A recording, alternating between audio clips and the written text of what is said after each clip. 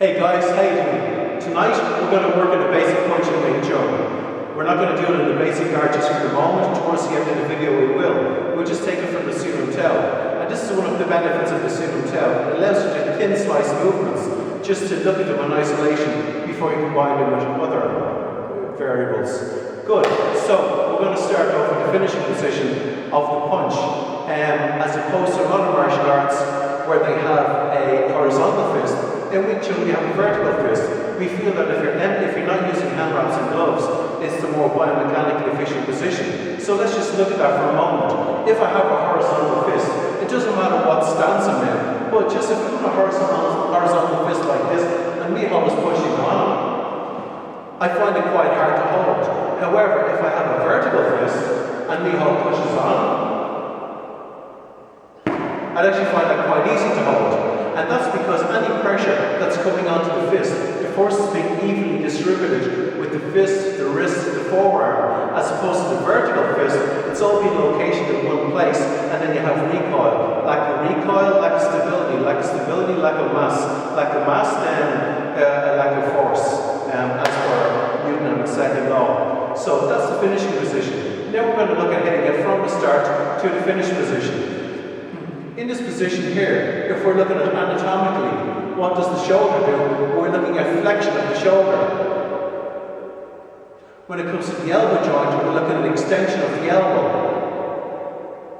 So if we do the two together, flexion of the shoulder and extension of the elbow, this gives us our punch.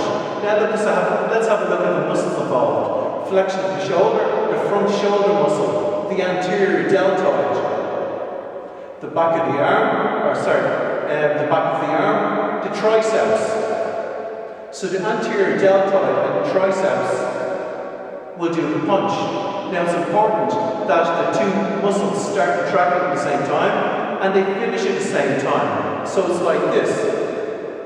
Some people, when they do it, it's not so biomechanically effective. They start off, for example, with the shoulder muscle like this, and then at a later stage, they bring the triceps, and it's a loop. Again, it's not biomechanically effective. Let's just test it for a minute. If my hand is like this, and if I bring my shoulder up, and then try and do the triceps, it's not good.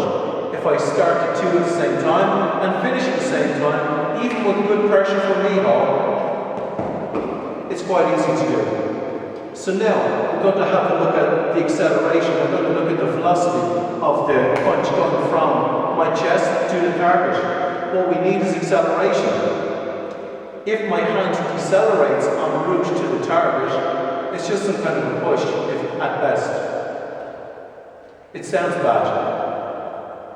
If I go at a constant speed, it's a bit better, and you'll hear a difference in the sound.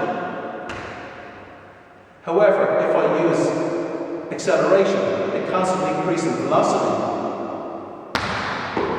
This is where you're maximizing your power. So we have the finishing position and we have acceleration and constantly increasing velocity.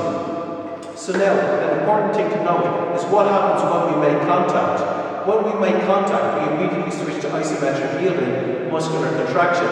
This is where we're not pushing forwards. If upon impact we push forwards, we keep trying to exert force, that's all it is. It's a push. What we don't just want force, we actually want impact force. So this means that on impact, we must rapidly, quickly come to a full stop. Instead of this, that's not so good. Now sometimes you will see the target move back and you will see the arm, let's say, following like this. That's what the arm does, it's following. I can do it where my arm doesn't follow. The target moves back, my arm stays in place. However, I can do it where I stick to my opponent as the target moves back. It looks as if my hand is pushing him back, when really it's just following back. So that's again just an important little thing. So now what we're going to do is we're going to bring the fist into the basic art of Wing Chun and look at how we do it that way. So we have the Man Sao and we have the Wu Sao. As the anterior deltoid and the triceps does the punch, then with the Man Sao, the biceps and posterior deltoid, they bring the hand back like this. So it's important that the mancel comes back at the same time as the punch goes forwards. They go at the same time. One goes forwards, one goes back, again at the same time. If they don't go at the same time, again there's a lack of coordination, which leads to a lack of core stability, a lack of mass, a lack of power. So again, just from here, just the two at the same time.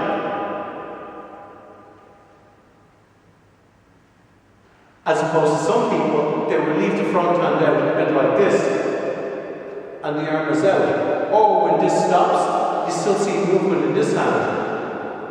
This is wrong, so they must start and must finish at the same time. And that's really it, guys, with the basic punching Wing Chun. Thanks a lot.